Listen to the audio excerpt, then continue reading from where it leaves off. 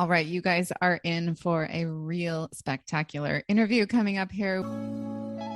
Welcome to the Sex Reimagined podcast, where sex is shame-free and pleasure-forward. Let's get into the show. Welcome to the Shameless Sex ladies. We are so excited to drop in with these two today. They have a wealth of wisdom. So welcome, April and Amy. We're so thrilled you both are here with us. Thank you for having us. We're stoked to be here. I know. I heard we're talking about sex toys. Yeah, baby. We haven't talked about sex toys yet, so I'm super excited. Who better to enlighten us on sex toys than April and Amy, who have been in the biz for so long? You know, I'm really curious if you guys could say a little bit about yourselves and how, like, what's the genesis? What's the origin story of how you got into all of this, both with the podcast and, of course, the sex toys? I think you were both involved in the sex toy store in Santa Cruz, Pure Pleasure. Mm-hmm. So anyways, tell us a little bit about you. In the beginning, there were dinosaurs. Oh, but before that was a big bang. And then there was Pure Pleasure. So let's do the shorter version of what could be a really long story. So at 18, I decided I wanted to enter the world of human sexuality. Thought I wanted to be a sex therapist. Came from that perspective more so, just having a lot of questions about my own body. I don't understand my body, my orgasms. Well, how do I even have orgasms? I had only had them from vibrators at that time. I took a human sexuality class at Cabrillo, which is a community college here in Santa Cruz, and loved every second of it, even though the teacher there, the professor, was still recommending the diaphragm to 18-year-olds, which Planned Parenthood wasn't even doing. And they were celibate for 10 years, but they're teaching human sexuality. Celibacy is all good, everyone. But like, to be a human sexuality teacher, it was an interesting perspective to share with your students. By the way, I've been celibate for 10 years. And I decided that I loved every second of the class, even though it was they were making it dry and dull. I loved reading the textbooks. If I was going to go to school for something I loved, why not? Why not go to school for something I love and have so many questions about and just want to learn about? So it ended up being human sexuality. And then fast forward to going to San Francisco State, minoring in human sexuality. I, at that point, was in the process of meeting April. We met working at a restaurant, had nothing to do with sex. And we worked in a restaurant together and immediately felt like deep sisterhood. Happened very quickly in this weird way where like, almost like we have past life stuff together or something. Mm-hmm. It goes beyond this lifetime in our perspective. But with one of the field trips for one of my classes at San Francisco State was to Good Vibrations in San Francisco. Mm-hmm. So we're kind of one of the OGs of sex positive sex shops, where you go in and the sex toys aren't closeted in the back room. You know, it's all the toys are out on display for you to touch. All the people that are working there, educators, they're really welcoming, embracing sex. And so I called my mom and I was like, we should open up a sex shop like this in Santa Cruz. And she was like, what, me? Really? A sex shop? And her mom was like a travel agent at the time. Yeah, she's a travel agent. Perfect, yeah. Yes. Or like, and before that, real estate, you know, but she wanted to do something to benefit women because her mom was a very unempowered woman. Her mom never learned how to drive, ride a bike, swim, kind of like was in service to her husband, especially in sex. And, fun fact too, my grandpa used to bootleg porn, so it's in my blood. He was Santa Cruz, right? Oh no, LA. Okay. He was a California. TV repairman, but he would sell porn on the side, and he wasn't filming it, but he would just sell he was a smut peddler. Yeah, they called him back in the day. Smut peddling VHSs. So, anyways, fast forward, my mom and I decided to open up the store that we wanted it to be similar to the Good Vibrations theme, where we have weekly sex ed classes. Leah, you have taught there multiple times. Mm-hmm. Since then, after 12 years, we closed the brick and mortar, sold it to Good Vibrations, actually. So full circle. Brilliant. Right before shelter in place. Thank goodness. And April and I were really close at the time. And I saw her work ethic and working in a restaurant. I was like, damn, that girl is a social savant. Like she could sell your sock off your own foot to you. Like she just has this way to her. And she gets shit done, right? She gets shit done. And she's a people person. I was studying law anyway, which I'm not meant to be a lawyer. So I'm happy that I started selling No. dildos. Yes. Yeah. So I was like, do you want to be the manager at our new sex shop? And what was your response? I don't even own a vibrator. I was like, I don't even own a vibrator. I've never worked in retail, but I love shopping. So maybe I'll be good at this. So I was like, here's your first vibrator. And actually was funny. Her first vibrator I gave her is from a company called Fun Factory, which is actually a company she ended up working for like 6 years later. 6.5 years. Yes. Yeah. Wow. Yeah. I think that's when I originally met you, Amy, at a mutual friend's wedding. You were working for that company at that time. Or April. Me. I was working for Fun Factory. Yeah. Oh, okay. Yeah. She's like head of global sales. I was the director of sales. Yes. It was it was really cool. And working for a manufacturer, I got to help design toys and actually learned so much about it. But if it weren't for Amy, I would never have been even remotely I would have remotely thought I belonged in selling sex toys, like ever in a million years. I grew up in Wisconsin. All of the sex shops you walked into were scary. They were dudes. We called them whack shacks, right? Or sticky floor stores where you're like, I don't go in there. And you get a little nervous to even look at anything because you're afraid there's a voyeur in the back, which no problem. But there was no privacy. So when Amy said this, I was like, I don't think I want to work in a sex shop because I was like, I've never been in one and I don't own a vibrator. And she said that I would be a natural, and she was right. She was a manager there for a year and fell in love with someone in Israel and moved away to Israel. Only a year? No, it's 2 years. 2 years. Well, then she left and I cried. And then, and then when she moved back to the States with her now Israeli husband years later, brought her to a sex toy trade show, and she instantly got hired to work as became woman of the year in the sex toy industry. April is like the most sought after person in the sex toy industry. She's blushed. She's like, man, don't say that, Amy. But every company would love for her to work for them because she knows her shit. Okay, queen of the sex toys. Shit. Oh yes. Yes. Can we say shit on the show? Yes. Yes. Okay. And so charming. I mean, I know it is charming. And then just to sum this up, because we only have 50 minutes, we started the podcast in 2017 after we were on another podcast called Sex with Emily. Amy and I were both single at the time. I was newly divorced from that Israeli who I still think is awesome. Shout out to you. And we wanted it to be just a passion project with no intention of it blowing up. And then slowly but surely, we realized how incredibly gifted the world of talking about sex openly on podcasts, how gifted it is to be able to do that, and how much of the world needed that. And we kept receiving more and more feedback about how important our work was. And we've had Willow on the show multiple times. And so Shameless Sex sort of fell into our hands, and it's become both of our passion and life work, not just a project now, but our actual our way of life. And we're now able to we're the top, we range between the top 2 to 4, but usually 2 to 3 top sexuality podcasts in the world. So wow, congratulations. That's phenomenal. It's so beautiful. It's so amazing. And that's just in 5 years time of doing the podcast, right? Yeah, we just hit our 5. Yeah, we didn't realize. History. Someone let us know, like, yeah, so you just had your 5-year anniversary. We're like, what? Oh, happy anniversary. Yeah. We should have it. We should have like a piece of cake later or something. So I ate half of that milk bar cake in there. I just ate some this morning for breakfast. I'll have a bite later. So you can have that with me. And I just want to also add, to this day with the podcast, we still work for sex toy companies. So I work for a lubricant company called Uberlube. April's the VP of a company called Hot Octopus. We go to trade shows all the time and see all the toys that are currently are out and available. So we and my mom and I still own purepleasureshop.com.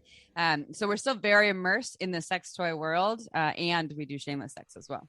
Nice. Let's talk about sex toys. Let's move into that.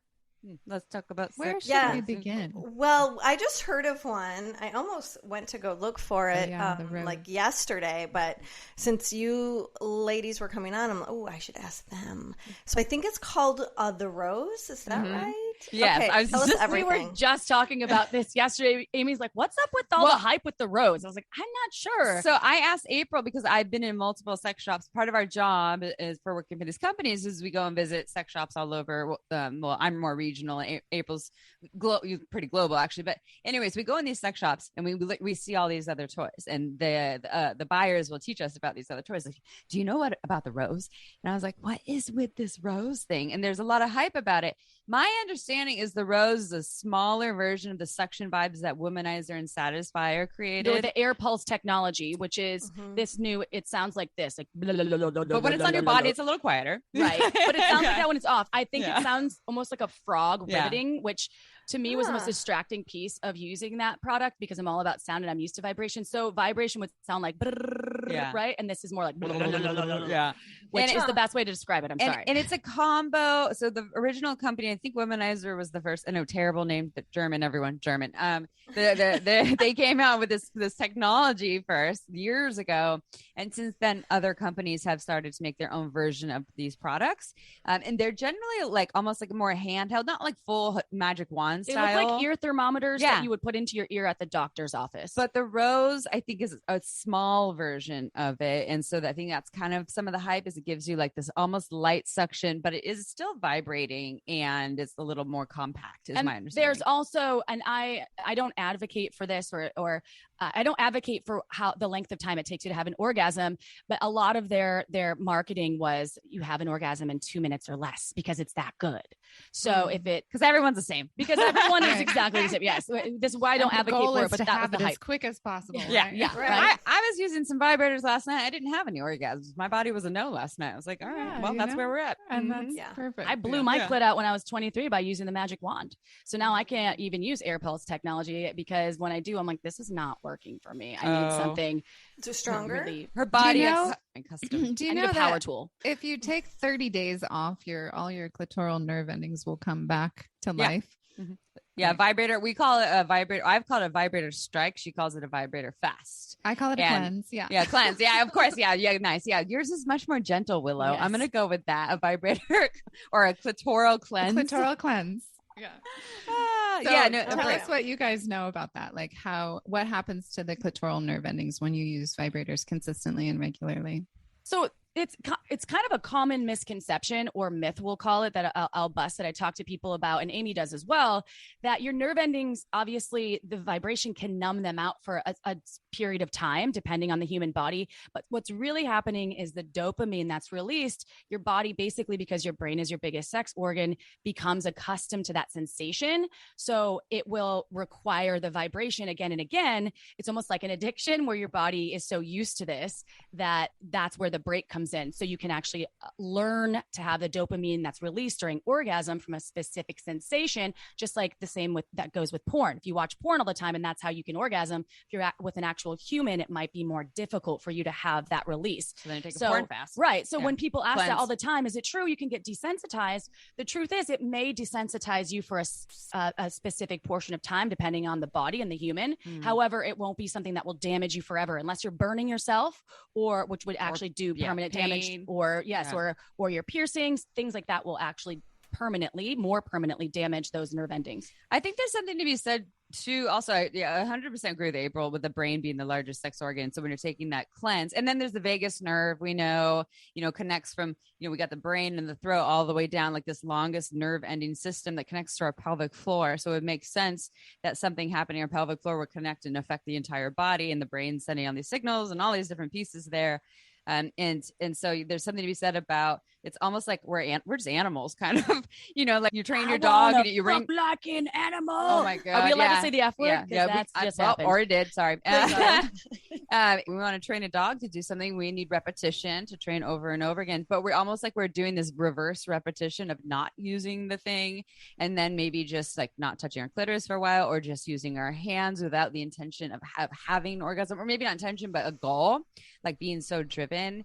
And I've personally, as someone who used to only have orgasms from vibrators, had to take these strikes, these cleanses, to learn, and meaning I chose it though, because we believe here, pleasure is pleasure. Like if you're just getting off to a vibrator and you're fine with that, go ahead. Yeah. Knock yourself out. If you have a partner that's like, there's something wrong with you, you need to learn to get off to my cock. You do you, and don't change this just because, unless in my opinion is just for someone else. I like to change it for yourself too, if that's important to you. But as you all know, I know what you teach, and I've been to many of Leah's classes and seen what you teach, Willow. I mean, you two teach. You're the masters of teaching people the power of their bodies and how to move through these barriers that they get stuck in. And you do it in different ways, but also there's a reason why you're all working together over there. Here I'm interviewing you. Damn it, or I'll stop.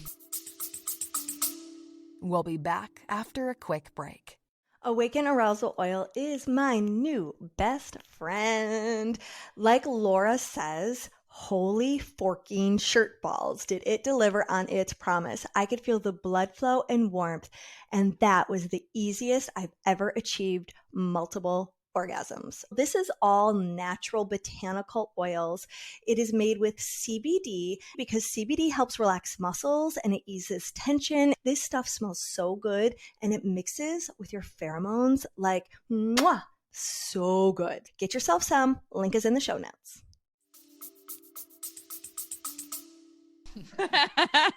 Okay, so I've got a clarifying question. Really, I just want to, from your opinion, make sure that what I'm representing to people is accurate, because I'm not a sex toy expert, but I have worked with a lot of people who feel like their climaxes are really numbed out or they're one note. Mm-hmm. And they're not able to like raise the ceiling up higher in a way that they would really like to. It's like they know how to get relief, but they're not reaching ecstasy. Mm-hmm. And since I'm limited in my knowledge in terms of like where to point them in regards to other sex toys, I typically tell them to take a break from a vibrator, but still use a dildo.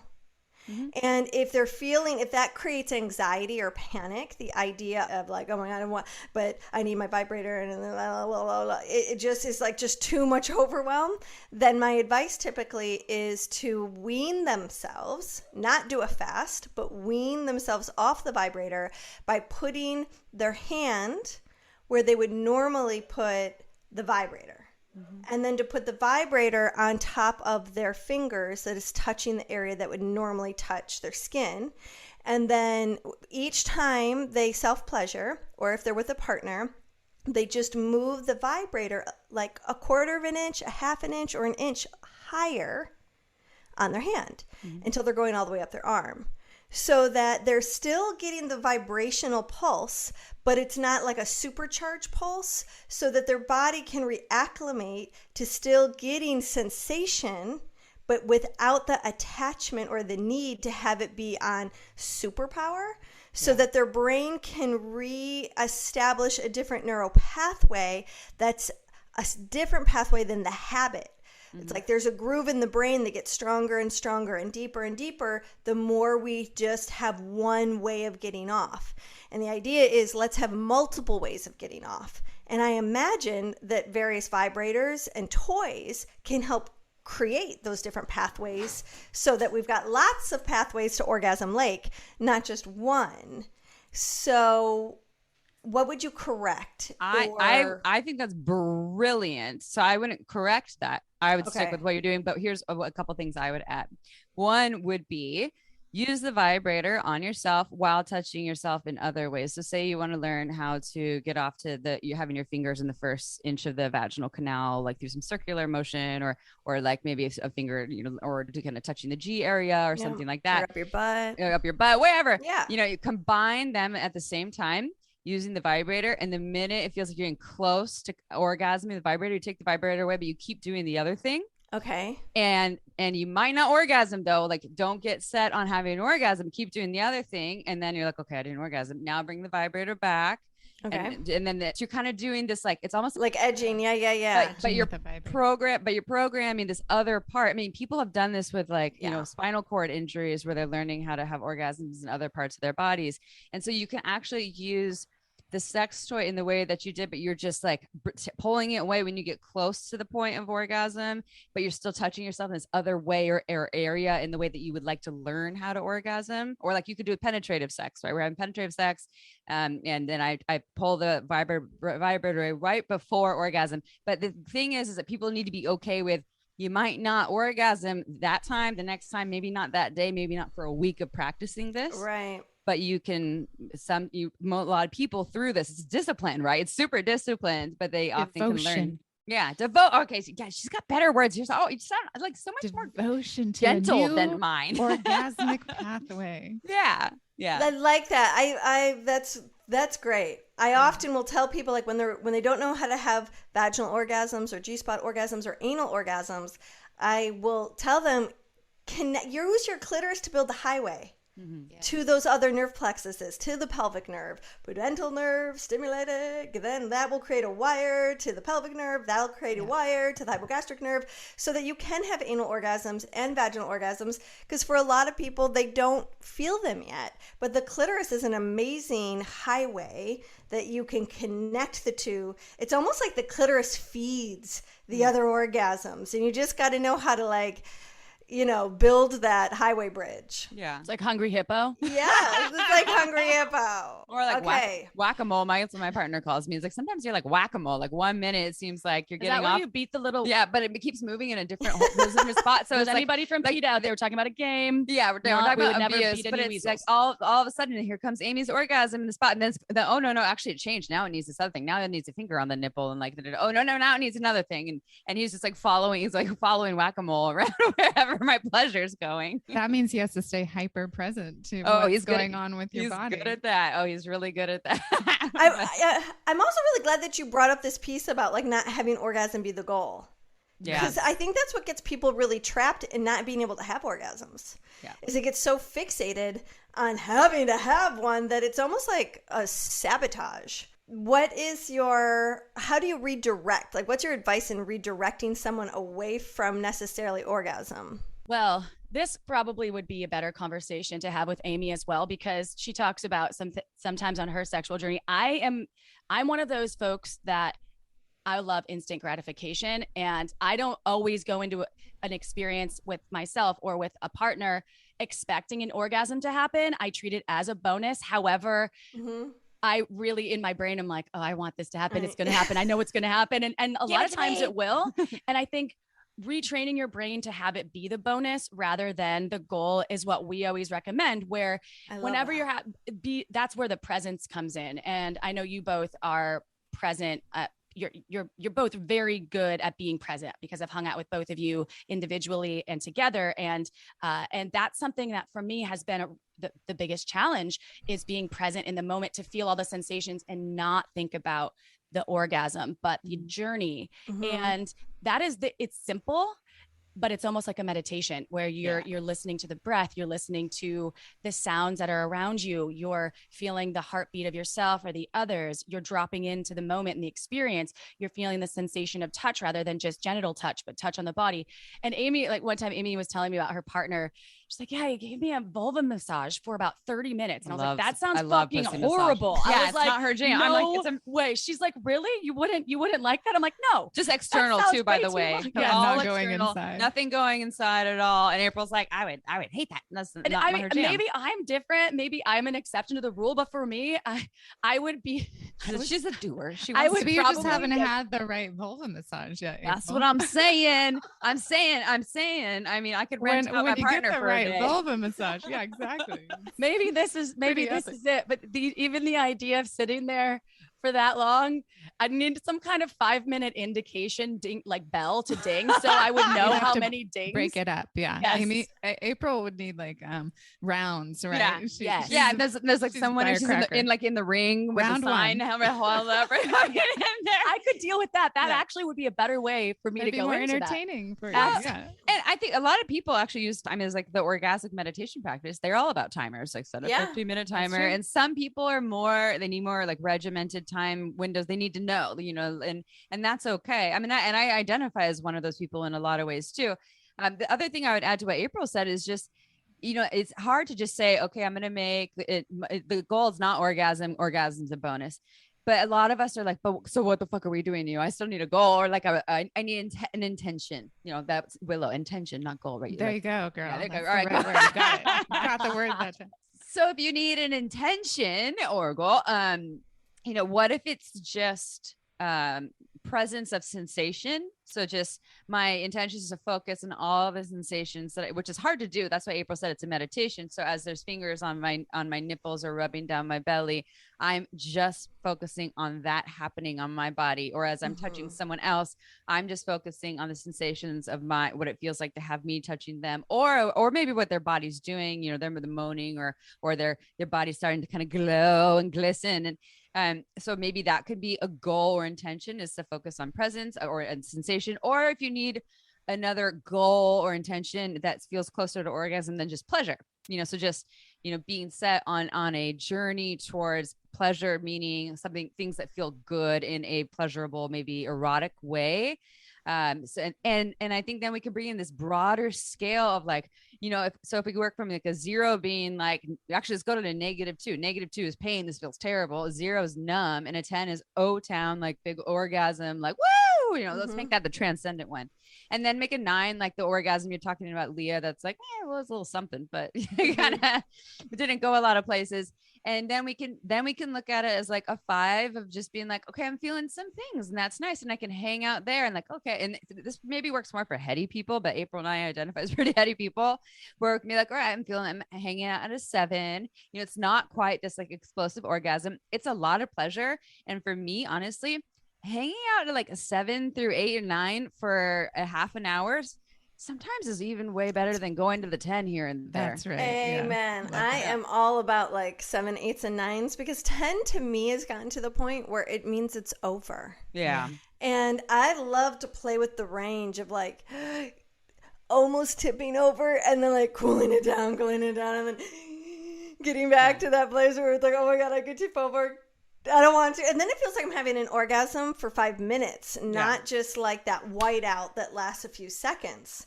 Mm-hmm. And I really like what you said about it being like the bonus, an orgasm.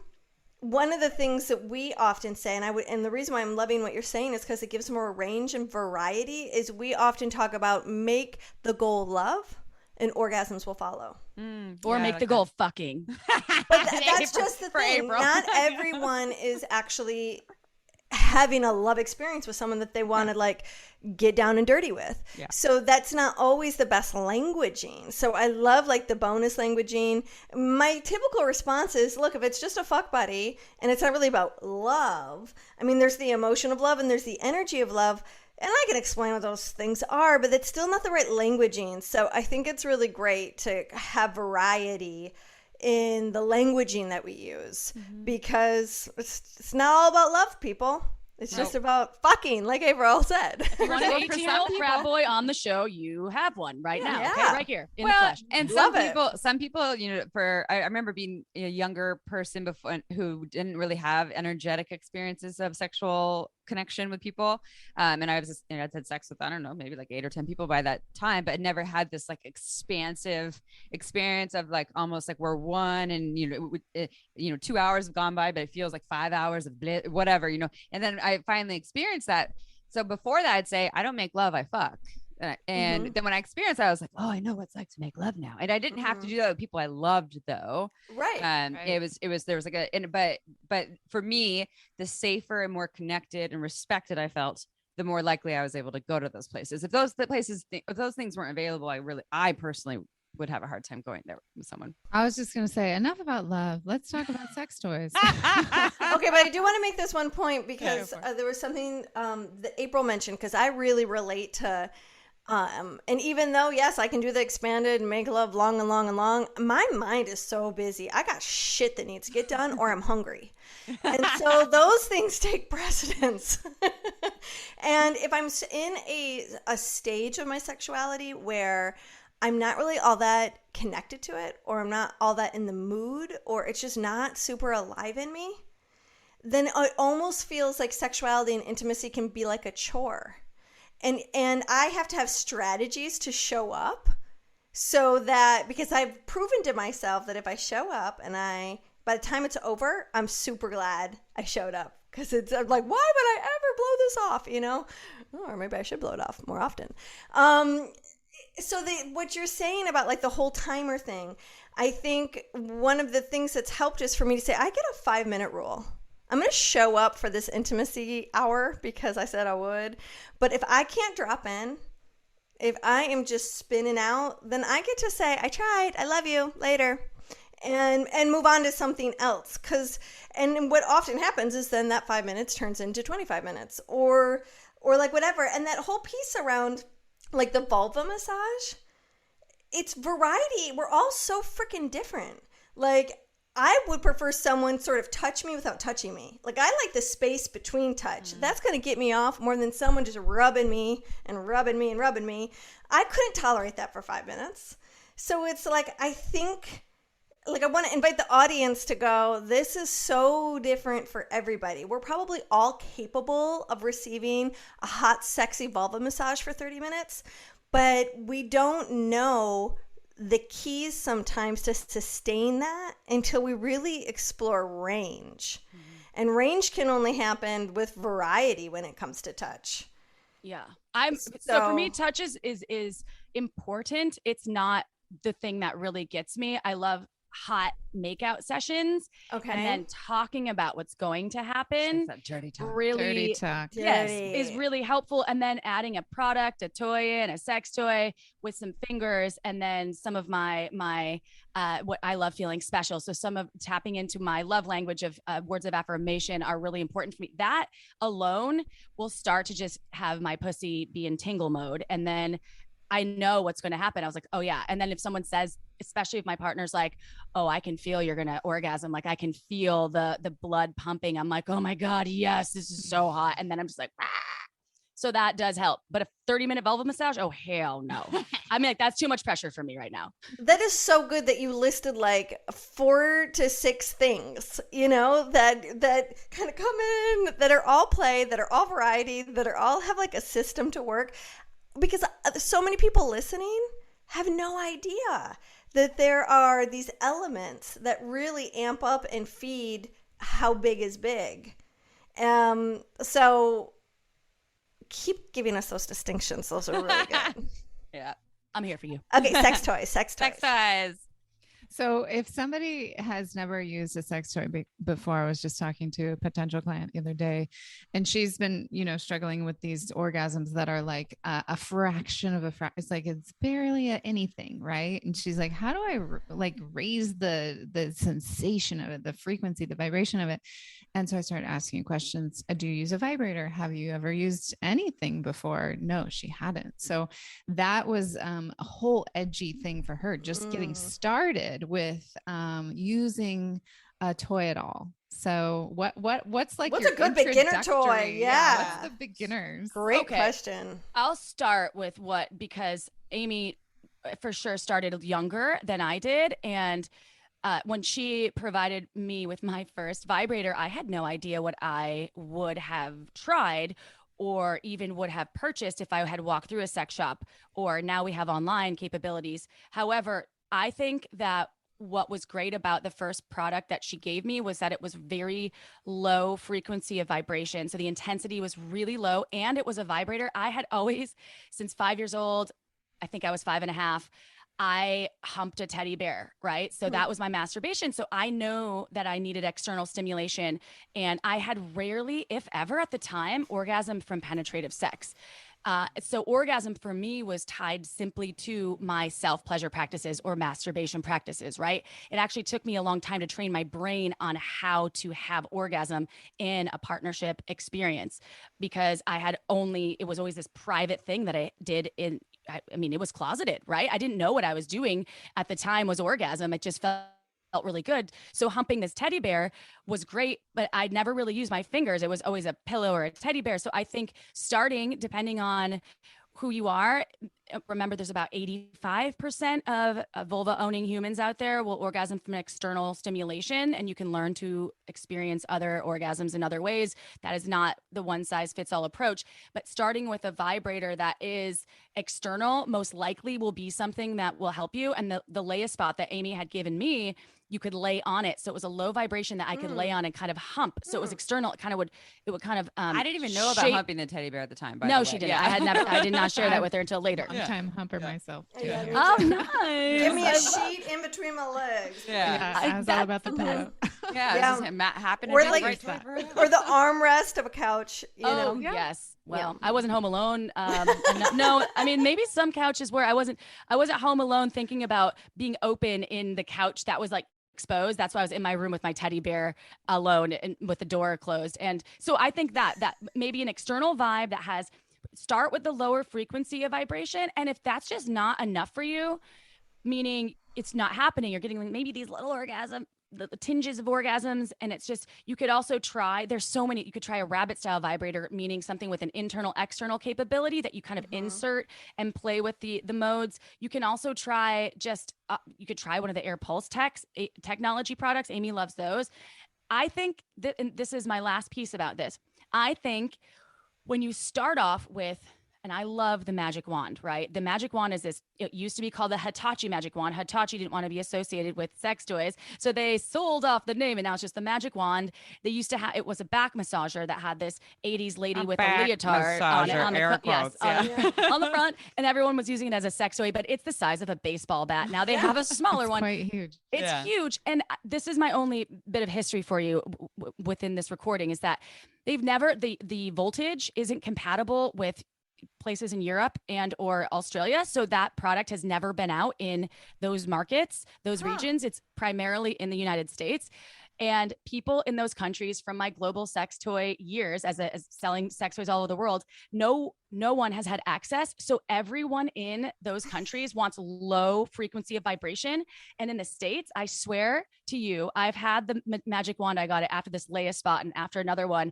And ever since then, I need like the strongest like power tool and I now whenever I feel a toy, I'm like, that's not going to work for me. I need something stronger. I need something stronger. I blew up my clit when I was 25. I didn't blow out my clit. And I do think it's association and what the bodies do with the amount of intense frequency. And there's rumbly and buzzy and low. So, and Amy, I'm sure has something to speak to this, but that's my theory that I postulate to share with everyone. So if you are new to vibrators, I would recommend starting low or going with the Air Pulse tech and then learn about your body. So basically not starting with a magic wand, basically. Yes. I would go, That's what I did. And it was like, holy shit. It's a lot, right? Like you could use that over like 4 pairs of jeans. That's how first time I ejaculated was from a magic wand. So what I'm not saying, so I'm saying, so what I'm saying is if you're new to sex toys and you have not really explored it yet, so you don't have this big orgasm barrier necessarily. It's not like you've tried everything and nothing's working.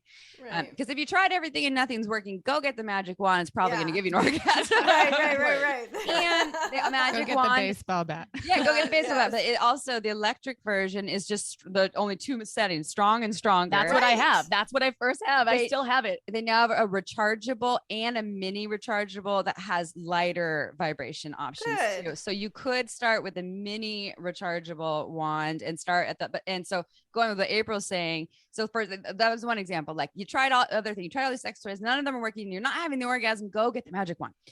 If you want a new sex toy, like what April was saying, yes, multiple speeds is super important. Start with the lower ones, really play around with those as much as you can, because if you get accustomed to the higher setting really, really quickly, that's what happens. The brain's like, well, that's our one, we like that one. And then there's what would we call it? A vibrator, cleanse. Then you might, eventually want or need to take a vibrator cleanse, but those multiple speeds I think are really important. And whether it's just external or internal, that's up to you to decide. But like April said, most people are using the vibrations or having the orgasms from they're clitorals. Discontinuing the Leia spot too, by the way. They are. So that one's not recommended, but if you want external, that's something that's hands-free that you can lay on like that. There are other options. They look more like kind of like a curve. Right. What are they? Yeah, I want something that's like that kind of molds to the vulva and then just dances it. Hot Octopus is making one right as we speak right now. That's almost done, called the Queen V with the like Queen vulva. And it's going to, I saw it, and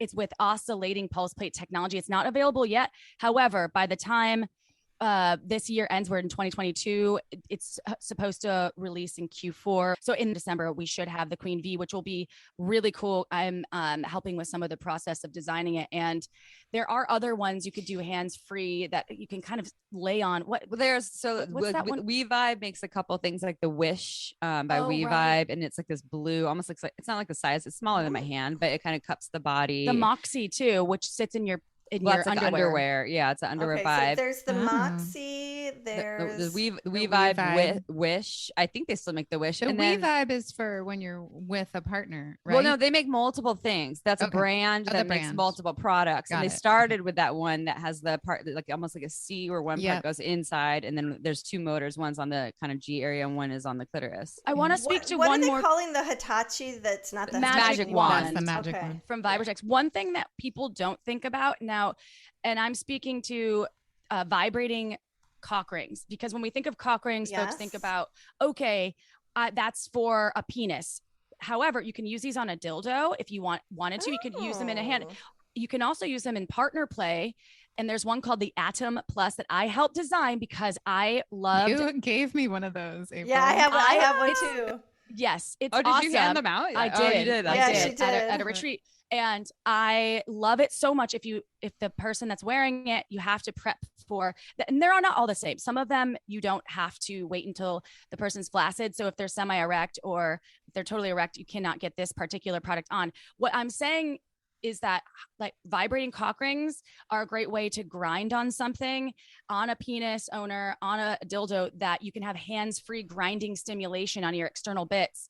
And it can be quite pleasurable if you wanted to learn how to do that. That might seem extreme if you've never used a product before on your own. However, if you are partnered up and your partner has a penis and they're into wanting to check that out, you could incorporate that into your playtime to add a little bit of spice and zest and something different, variety. So tell us about the Atom that you created. So the Atom Plus, there's two versions. The Atom Plus, it's with ATOM, is a dual motored cock ring. So there's bottom portion is for the perineum, and so it has a perineum stimulation nub that people on the West Coast call it the taint, some on the East Coast call it the gooch. So whatever you want to call it. The rest of us call it a perineum. Yes. Yeah. I say perineum.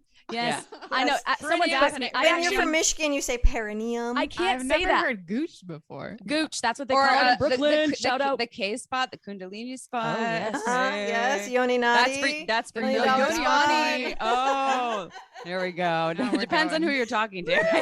Ooh, we got words for words for words. So what happens is this product, it's stretchy. We actually engineered and invented this coil system that connects the top portion to the bottom perineum stimulation part. So what happens is you stick each testicle in, you stuff the rest of your soft bits in, your soft shaft, and you change it from horizontal to vertical. So that switch, when what happens when you have an erection or blood flow happening, it constricts the blood flow to hold the package into place so you can last longer if you want to. Okay. And when you turn it on, it makes the entire shaft from base to tip vibrate.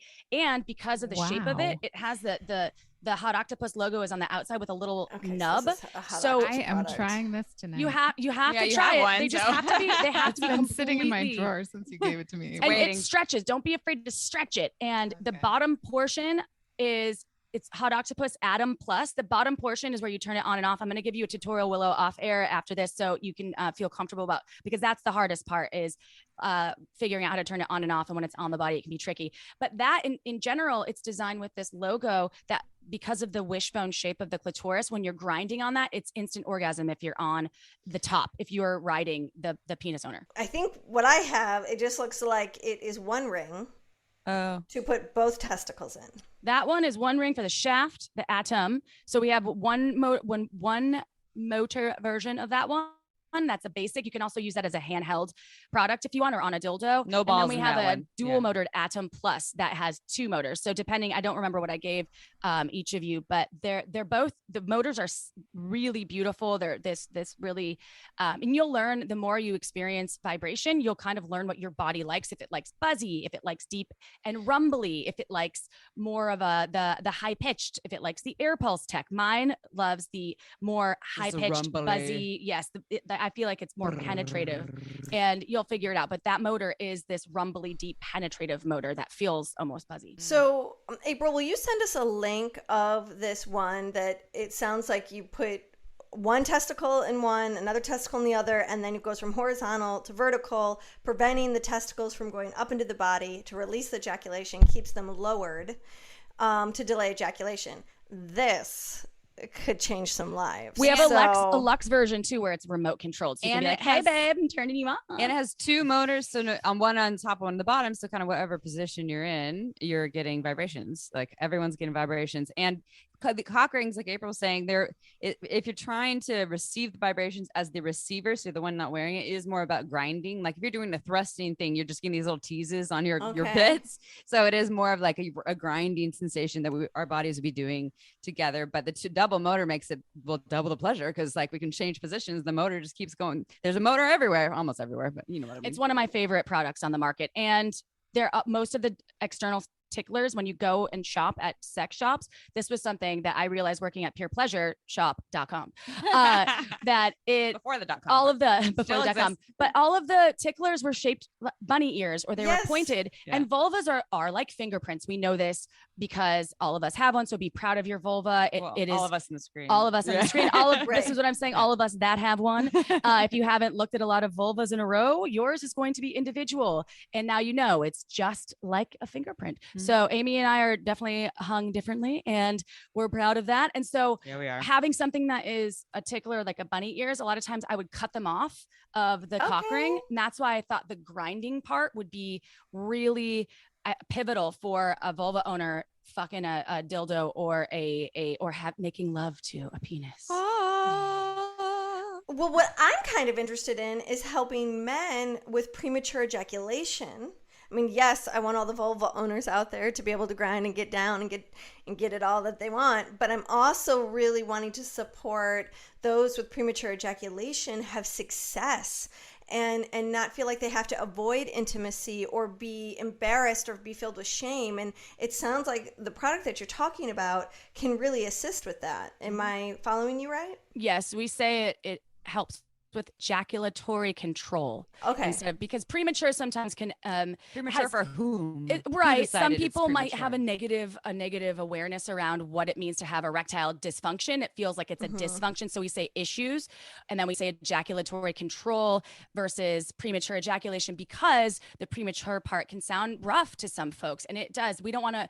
I and Amy is really great about this too, reframing the brain and the shame in the brain, like reframe the shame and get rid of the premature, because yes, it might not be premature for someone might be into quickies, what's quickie, right? That's all relative. So it does help with ejaculatory control because it will help with longevity because of the constriction of the blood flow. It also means if you do have any ejaculation issues, meaning if you have something your cock isn't getting hard when you want it to, it will help actually with longevity in that you can sustain erections. One thing to know about cock rings. So if you're trying to do what you're all talking about is to constrict the blood flow to either postpone ejaculation or to maintain a harder cock, a couple things need to happen. One, it does have to go around the testicles. So if you put it just on the shaft, it's not going to do those things. And a lot of people go in a sex shop and they're like, oh, you just put on the shaft, right? Like, no, the balls go in there too, except for the regular Atom sex toy. There are some that are designed just for the shaft, but that's just to put a vibrator on a cock. The other thing is if someone has erectile issues to the point where they cannot get blood flow in their cock at all, this might be like they're diabetic, they're on medication, cock rings still probably won't work for them. Cock pumps probably won't work for them either. They have to be able to still get some sort of blood flow there. Like a cock ring is not going to be the magic blue pill for those people.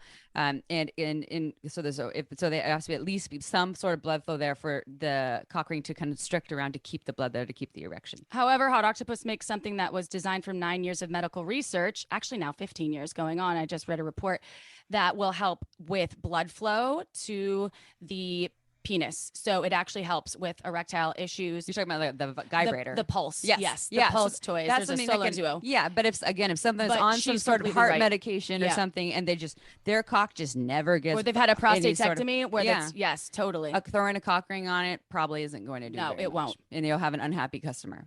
At least we saw that at Pure Pleasure. So, yeah. There you go. And we don't like those unhappy customers. No, we don't. Well, we love you, but we just want everyone to be happy. Well, I think my experience has been, having worked with a lot of men with this direct issue, is you don't even need a cock ring. You can use your hand and grip the base like a cock ring can, and then you can stroke. And people who mentally believe they cannot have an erection, it's a mind shift, and they've had they don't have their prostate anymore. I mean, I've watched people who have convinced they've never had an erection in 20 years, And I'm like, excuse me, you have an erection right now. Would you look down and check it out? So there is, I think sometimes it's the mind that makes up a choice and makes up a decision, or there's a doctor that has said, you're not capable of this, or you have no blood flow, or this likely won't happen. And then that belief system actually, again, becomes a self-fulfilling prophecy where you really just have to start talking to your body differently. This is the biggest sex organ is your brain. And the longer we hang out in the story, the longer it takes to come out of the story too, right? So if you hung on that story for 20 years, for most people, it's not this overnight thing. And it's a long time to live in this idea of who I am as a sexual being. But one of the things I love about sexuality as a healing tool, though, is it's exponential in its ability to shift those stories and to shift that thinking. Like I've walked the world over with healing modalities and tried them all and have done them all. And the sexual healing of not only the physical body, but those neural pathways in the brain of like, I can only come this one way, or I can't get hard, or I don't last long and I come too early, or whatever, all the stories.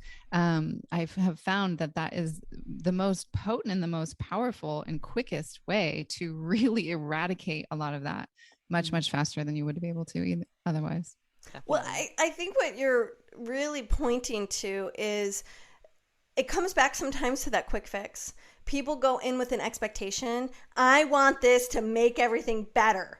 And if it doesn't, then again, I'm a failure. And so we have to sort of use our minds in a more powerful way. We need to be more curious and be more open and less like, okay, I just want to have this quick fix. Quick fixes are great, but this is a journey. Like who we are as sexual beings is an unfolding. And we go through stages and we go through seasons. And there are times when things work for us for so many years, and now suddenly they don't work for us anymore. And we got to be mutable and adaptable. And Leah, and you know what I mean? That is a good point that I just want to highlight, because what you just said is really important for folks out there who have tried a vibrator and it hasn't worked for them, who have tried a sex toy a specific way at a specific time in their life, it hasn't worked for them. And they assume that sex toys in general won't work for them, right? And this is where the key is, and you're the key holder, is to try new things, add more to the menu. And just because one thing didn't work for you doesn't mean that I tried anal that one time and anal's not for me. It hurt, right? You have to revisit, and you have to understand that our bodies are changing every single day. And just because one particular sex toy didn't work for you at one point in your life doesn't mean all of them are bad or all of them won't work for you. And that's also fun to explore. You're like the map holder to your own body, seeking the treasure that's buried deep within. Ooh, Willow, do you approve of that analogy? I love that. Willow likes. Got the stamp of approval over here. You know, I think that's such a good reminder, because I think I've been that person who has sort of made up my mind like, oh, I've really never found one that that felt like it was meant for me. And then it's, and they're so expensive. And how many times do I want to keep on trying something and for it not to work out? And I don't want to waste my money. Like there's a story you can start to talk yourself out of experimenting. And this is why I think what you two are doing is so important, is because you're allowing us to have a conversation and to get these different opinions and to be exposed to all sorts of variety of options. We get to stay safe, is because sometimes this stuff's hard to talk about, and we can have different sensations arise, and we don't necessarily want to talk to the stranger behind the counter about sex toys or what's working for us or what's not working for us, even though they look really nice. We're embarrassed. And so I think the podcast framework is so helpful because people get to tune in and listen and have their hearts and minds opened, so they realize that this is an adventure. And then you can get a clue of where would be it sounds like how they're describing this would be the financial risk I'd be willing to take to see if it works. And instead of feeling like you got to try 10 things that you hate and to waste all this money, you've got people who are talking about it. Yeah. And I'm wondering if you have any other tips or resources where people can still kind of feel private until they get more comfortable with being more open about sexuality, to start to expand their life a little bit? Well, I mean, obviously listen to podcasts because that is in your own realm. But so if you're not ready to go into a sex shop, I know like for us at purepleasureshop.com, the store I have with my mom, we invite people to send us an email and you say what you're looking for. So I've never owned a vibrator before. I want to buy a vibrator. I don't know what to get. And we would probably respond with like, okay, well, let's ask you a couple questions first and to help you. And then we would send you some recommendations. So it's super private.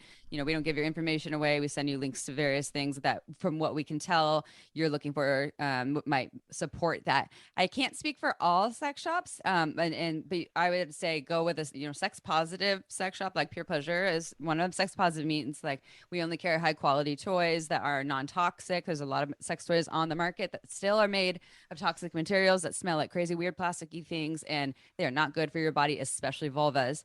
And so that's an easy way. And butts, yeah, or basically orifices in mucous membranes. You don't want that there. And so sex positive store like Pure Pleasure, we don't carry that there, and we can help you find it. Just send us an email. You can send it to, I think it's shop@purepleasureshop.com. And for all of our listeners at Shameless Sex, which anywhere we are talking about Pure Pleasure, they get 15% off with coupon code Shameless Sex. You can also email us sex questions at Shameless Sex. We can't answer all of them, but we sometimes feature them in the intro of our episodes of people asking about sex toys. But we get a lot of emails. They could also do a search on our shamelesssex.com. You could put in the search bar what your question is, whether it's sex toys or anal or I want to learn more about the gooch. I don't know if we have gooch in there. We don't know. You can go. We do highlight which questions we are discussing on the show, and it's usually in the intro. And a lot of episodes on sex toys. We do. Absolutely. Yeah. So we've talked a lot about in my mind, there's sex toys for women. There's sex toys for the couple. What about just for the man? Those the guy braiders she was just talking about over there. The guy braider. The guy braider. It's called the Pulse. It's by Hot Octopus. We actually have a worldwide patent. We license the technology from the medical side. It uses what's called an oscillating pulse plate. And what happened? Why it's I like to call it the automatic masturbator. There's also a couples version that doesn't require a hard cock to play with. That incorporates vulva play with penis owning humans playing and so I also like to say it's safer than popping a Viagra or a Cialis, because if you are on certain medications, SSRIs, you're not supposed to mix and match those meds. And if you're not, sometimes this is a more price sensitive option to explore rather than saying cheap, because it's much more affordable than buying a Viagra, right? Yeah. So if you're price conscious, we have one at $99, and it has this really cool oscillating pulse plate that you put on your cock, no matter if it's totally flaccid, semi-erect, or fully erect, and you do not have to actually stroke with it. However, you can if you want to buy some lube and stroke with it. Great for folks that want to explore edging or multiple orgasms as a penis owner. If you have an experience with your partner and you want to go ahead, it happens with this. The oscillation versus vibration helps blood flow go deeper into the dermal tissue. So it is a way that the medical side has used for a long time. And it was tested with 9 years of medical research on folks that had spinal cord injuries in Denmark because they wanted people to have the ability to have children. So the founders took this tech and we licensed it, and now we created a sex toy for civilian use. So we're not allowed to make civilian. We're not allowed to make medical claims, but it is based in the exact same science and research as what's called the Ferticare that's still used in hospitals today on spinal cord injuries, penis owners, robot done, and I'm out. I'm glitching. My partner just likes to use it in the morning before he goes to work. So what's it called? It's called. So there's the Pulse Solo Essential is our flagship product that's been out since the beginning, since 2013. There's a luxury version of that has a remote control, and then there's the Pulse Duo, which is the couples version. So sort of like the We Vibe, but it's a foreplay product to prep up both bits, so you can get the blood flowing on both sides, remove the device, you could do the edging, and then you can play with the hard cock. And then there's also the Duo luxury version, so each person can be in control of their own remote control, the vibrating portion and the oscillating motion portion. Then there's an interactive portion where you can have sex with porn stars and with webcam models. And maybe with April someday. And all available at purepleasureshop.com. What about me? I want them to be able to have sex with me. Oh, yeah. And maybe with Leah. They just need to I would get really off on when other people are getting off. And then you can make some good money on this side. Yeah. Just saying. I'll license my image. This is well, going to take for only some magic people practice to a whole new level. I know. Like, Yeah. when can I have sex with I'm Leo? like, wait a minute. I don't exactly want a bunch of crazy emails. So cancel. But Cancel. Never April, mind. Get a hold of me. Yes. Cool. Well, please send us links. So we'll add them to the show notes. We will. We'll do 100% for sure. We want everyone to have the beauty of an orgasm on the journey to the treasures within. So there's just a worlds within worlds. I mean, sexuality has its own worlds within worlds, but then you bring in pleasure toys and you start to play with these products that we've been hearing about, and you can really take your sexual experience and what you thought you were capable of far above and beyond what you could even imagine. That's the whole point of this, is reimagining what's possible for you. So it's been such a pleasure and such an honor to have both of you on today. Thank you so much. Oh, Right. love you girls. Thank you so much. Love you. Yeah. Thank you. We love you. Love. Here we go. Ciao. Now, our favorite part, the dish.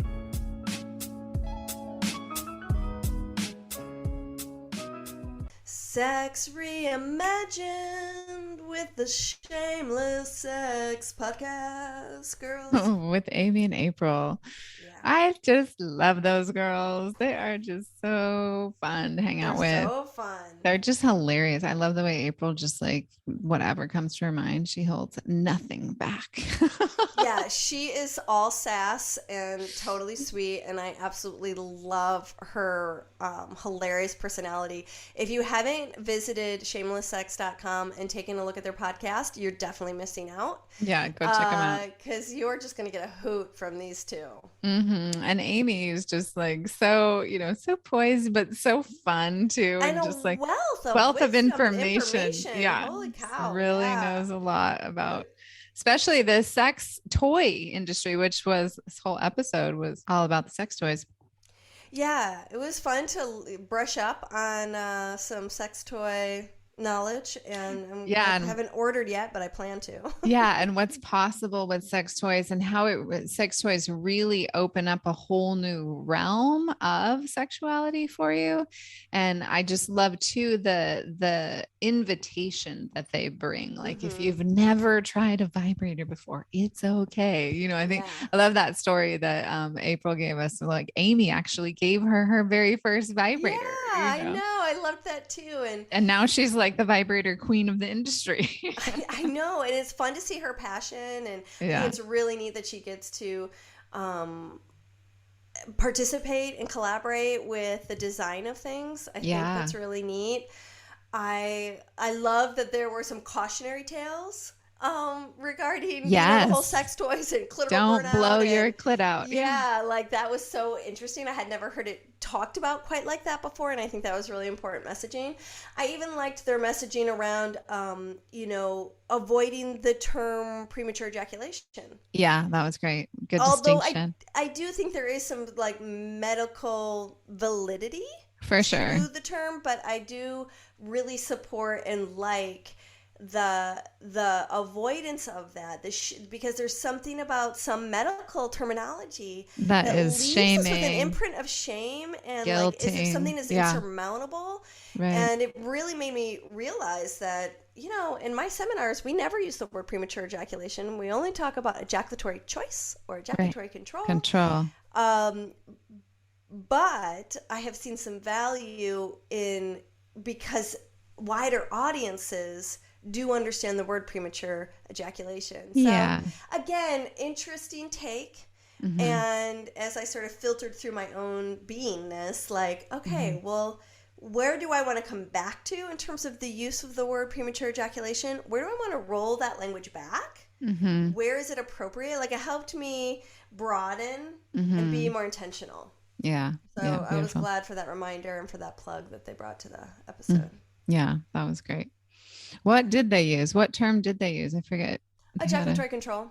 Oh, okay. Yeah. If I recall correctly. Fact check. Someone will tell us if our memory's wrong. But, a little tidbit that I learned about Amy although it wasn't shared on the podcast, is that she is a part of a long line of Santa Cruzians. Yes, and also has like a whole founding family of Santa Cruz. Yeah, Santa Cruz, California. Yeah, exactly.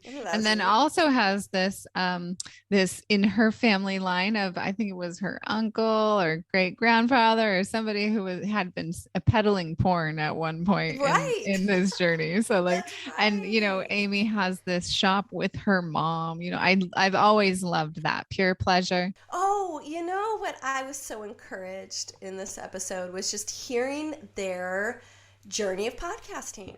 Yeah, isn't it great? They started it out as a passion project, and I've even heard Amy talk about it, just personal conversation around, you know, we were going to try it out for 3 months, and then we were going to check in and see if we wanted to keep going, and we never had that check in. Oh, now, really? Yeah, now they're 5 years into it, and they are flying. I mean, they're doing so great. They are working on a really big secret project right now, so that's exciting. Y'all are going to see that coming out soon. And you know, they've just really become such leaders in this industry and really are giving so much permission to reimagine the way you think about sexuality. You know, the speakers that they have on their podcast and the openness with which they speak is really opening up other people's communication, vocal cords, voices, minds, relationships. I have mutual friends of ours in our community. They're like, I haven't been doing anything except for listening to Shameless Sex, and my relationship is like 10 times better. My sex life is 10 times better. What a great testimonial. That's awesome. Yeah, it's really exciting. Yeah, I just really feel a total celebration for the work that they're doing and for their messaging and for who they are. Yeah, for who they are. Know, just so raw, girls. real, fantastic. Smart, wise, funny, fun. Cute, sexy, adorable, hot as hell. Yeah, we love you, April and Amy. We're big fans. Yeah. Well, love, love, love. Thanks for tuning in. If the hosts seemed to know what they were talking about, that's because they do. Leah Piper is a tantric sex master coach and a positive psychology facilitator. Dr. Willow Brown is both a Chinese and functional medicine doctor and a Taoist sexology teacher. Don't forget, your comments, likes, subscribes, and suggestions matter. Let's realize this new world together.